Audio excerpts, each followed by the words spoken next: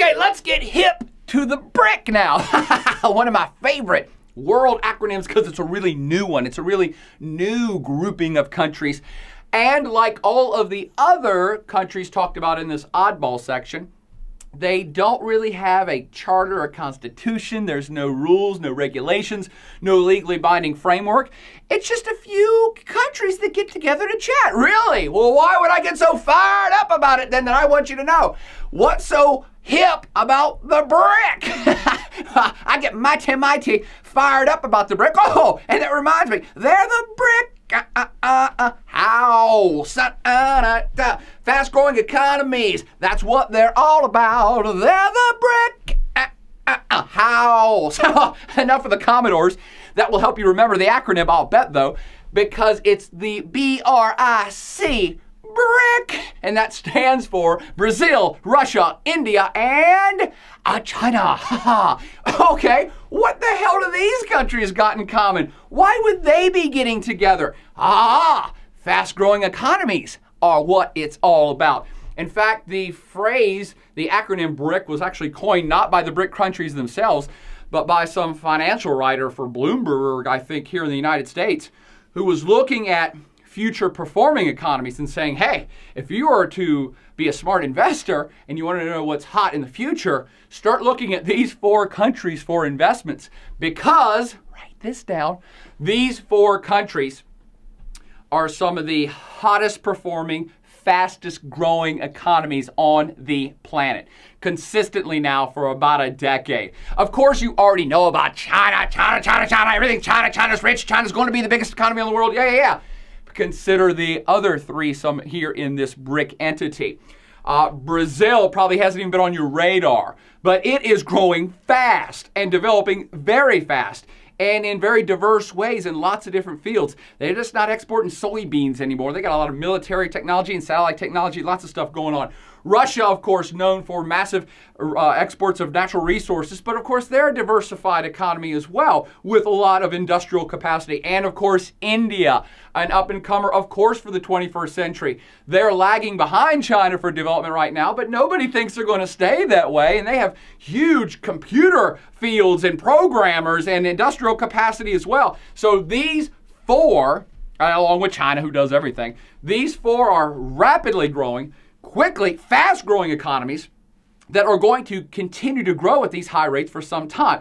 And we're talking rates like 7, 8, 9, double-digit growth rates in all of these countries, which has been sustained now for several years, if not over a decade. You can't say that about European economies. You can't say it about the American ones either. So these are hot. Now, it's not just that they're hot, because there's lots of countries with hot growth rates around the world, but they have hot, big growth rates on top of the fact that they are physically big countries with physically big populations and big amounts of natural resources or big workforces. If you're into investing, the BRIC are the countries you need to go invest in for the future. They are the hottest. They will be some of the biggest economies on planet Earth for the rest of your life. Again, China, you already know, is number 2. But when we project ahead, say to like 2040 or 2050, all of the BRIC is going to be up in the top 5 or top 6 or top 7 economies. These are the guys who are going to replace and push out the European economies out of the top 10. It's the BRIC. You got to pay attention to this stuff, man. Now, if it was simply a matter of economics, I wouldn't get this fired up about it. But I really want you to understand the sea change occurring in the world right now, and the BRIC is kind of a part of this. What big sea change am I talking about? Well, the countries get together to chat informally about all things economic. About perhaps, financial stuff and investments in each other's economies and strategic planning or currency values, stuff like that. But again, none of it's legally binding. In that respect, they're very much like the G7 and G8 entities used to be. Now think about this, keep it in perspective. The G7 and G8, those are the richest, biggest, most fanciest economies for the last 50 years, from 1950 up to 2000. Those were the economies where all the money was at. The G7, the Great 7, the G-Money 7. That is changing, my friends. And I really look at the BRIC as kind of an alternative G7. Who cares about the G7 anymore? That's turned into the G20. But this BRIC, this grouping of 4, these guys have a lot of financial weight, a lot of economic clout, and it's growing. And they're working together. Now, even that, wouldn't get me that excited. That's economics. But I'm also passionate about you understanding that the BRIC is increasingly looking like an alternative center of not just economic, but political power in the world in the 21st century. Yes, an alternative G7, G8 with a different voice and a different perspective, but increasingly this BRIC foursome is of like mind on a lot of political matters as well. Now, they're not voicing those opinions a lot yet, but as all four grow in economic clout, you may see them coming together to form a true alternative to the West in the world in the rest of your lifetime. And what I mean by this is, I'll use a very real world example right now. Iran. The Western world, Team West, the US and the Europeans and all their allies, like Japan, they're all convinced that Iran is bad, that Iran's trying to develop a nuclear weapon, and Team West has been working very hard to punish Iran, either through UN sanctions or perhaps military action, who knows.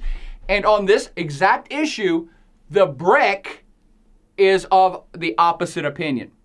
And the BRIC countries, particularly India and Brazil, and to a lesser extent Russia and China, have come out and said, we're not digging the sanctions on Iran. We don't have bad blood towards Iran. In fact, all four BRIC countries do business with Iran. So are you starting to see why now I'm getting fired up about this, so you understand the future? Is if this BRIC entity starts to take real action in a political sense, and they'll increasingly be able to do that with all the economic power, that they could form a true alternative opinion that would be countering against Western opinion in the world. And it's unfolding as every day passes.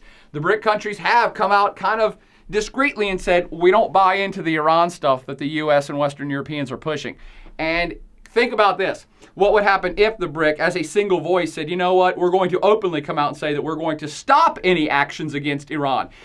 Brazil, Russia, India, and China, they have more than enough ask to do that. They could stop Team West from doing anything. Now, again, we're not there yet, but I always want you to understand more about the future than the present.